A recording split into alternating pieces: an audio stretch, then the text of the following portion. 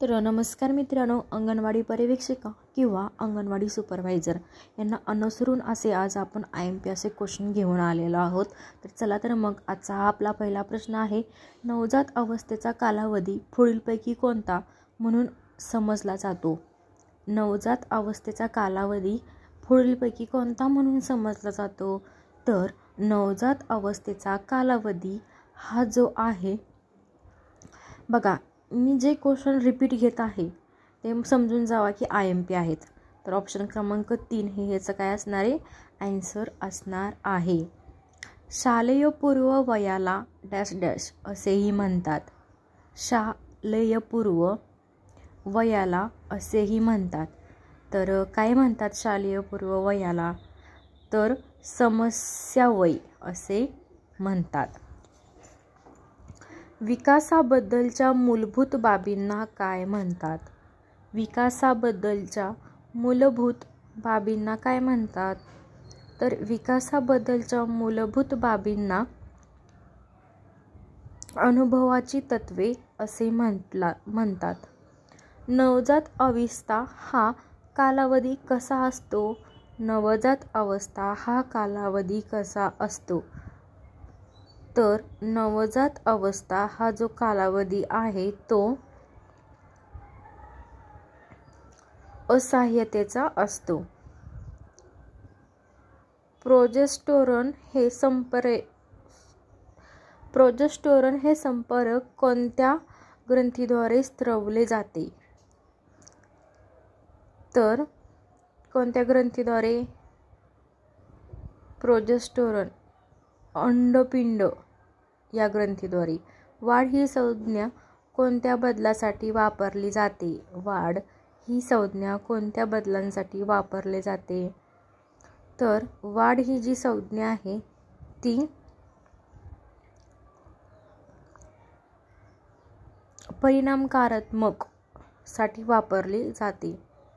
डिंबपेशी व रेतपेशी यांना काय म्हणतात? डिंबपेशी व रेतपेशी यांना काय म्हणतात? तर डिंबपेशी व रेतपेशी यांना काय म्हणतात? तर डिंबपेशी व रेतपेशी यांना प्रजनन पेशी असे म्हणतात। मस्तिष्क ग्रंथीचे स्थान डॅश डॅशच्या तळाशी असते। मस्तिष्क ग्रंथीचे स्थान डॅश डॅशच्या तळाशी असते। तर मस्तिष्क तर मेंदूशी असते। पूर्व बाल अवस्थेचे पुढीलपैकी कोणते एक वैशिष्ट्य आहे? पूर्व बाल अवस्थेचे कोणते एक वैशिष्ट्य आहे? तर पूर्व बाल अवस्थेचे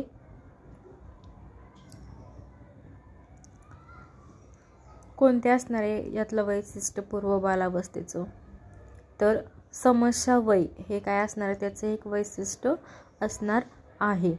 गरजांची वर्चस्व श्रेणी पुढीलपैकी कोणत्या व्यक्तीने मांडली? गरजांची वर्चस्व श्रेणी पुढीलपैकी कोणत्या व्यक्तीने मांडली? तर मॅस्लो या व्यक्तीने मांडली। भ्रूणावस्थेचा कालावधी पुढीलपैकी कोणता असतो? भ्रूणावस्थेचा कालावधी पुढीलपैकी कोणता असतो? तर भ्रूणावस्थेचा कालावधी हा जो असतो तो कोणता असतो? 0 ते 2 आठवडे का 3 ते 8 आठवडे का 15 ते 3 आठवडे? तर त्याचा आन्सर आहे 3 ते 8 आठवडे भ्रूणावस्थेचा कालावधी। शिशूचे वजन आणि लांबी त्यांच्या वयाच्या कोणत्या वर्षात झपाट्याने वाढते? शिशूचे वय आणि लांबी त्यांच्या वयाच्या कोणत्या वर्षात? तर पहिल्या वर्षात झपाट्याने वाढते। बालकाच्या विकासावस्थेतील बाल अवस्थेचा कार्यकाळ डॅश डॅश हा समजला जातो। बालकाच्या विकासावस्थेतील बाल अवस्थेचा कार्यकाळ कोणता समजला जातो? विकास अवस्थेतील बाल्य व्यवस्थेचा कालावधी कार्यकाळ तर 2 ते 6 वर्ष समजला जातो। बालकाचा जन्म झाल्यानंतरची पहिली अवस्था कोणती? बालकाचा जन्म झाल्यानंतरची पहिली अवस्था कोणती? तर बालकाचा जन्म झाल्याचा तर शेष अवस्था. कोणत्या अवस्थेत अवबोधक स्तरावरील मनोव्यापार सुरू होतात? कोणत्या अवस्थेत अवबोधक स्तरावरील मनोव्यापार सुरू होतात? तर त्याचा ॲन्सर असणार आहे बघा, कोणत्या अवस्थेत? तर बाल्यावस्था. कोणत्या अवस्थेत बालक आत्मकेंद्रित असतात? कोणत्या अवस्थेत बालक आत्मकेंद्रित असतात? कोणत्या अवस्थेत? तर आत्मकेंद्रिक सांगितले. तर कोणत्या अवस्थेत?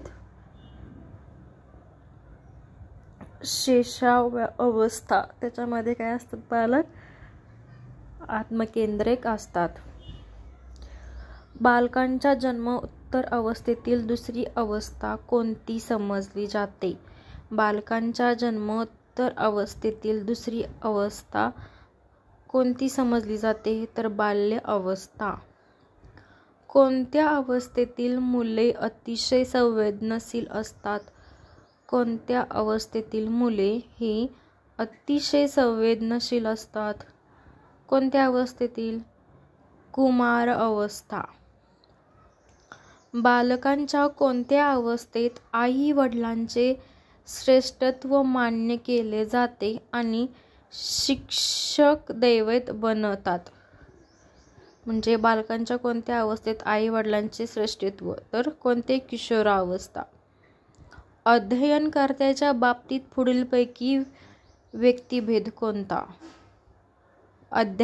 अध्ययनकर्त्याच्या बाबतीत पुढीलपैकी व्यक्तिभेद तर कोणते असणार आहे? चारही पर्याय. शारीरिक, अभिरुची आणि बौद्धिक हे काय असणार आहेत? हे चारही पर्याय बरोबर असणार आहेत.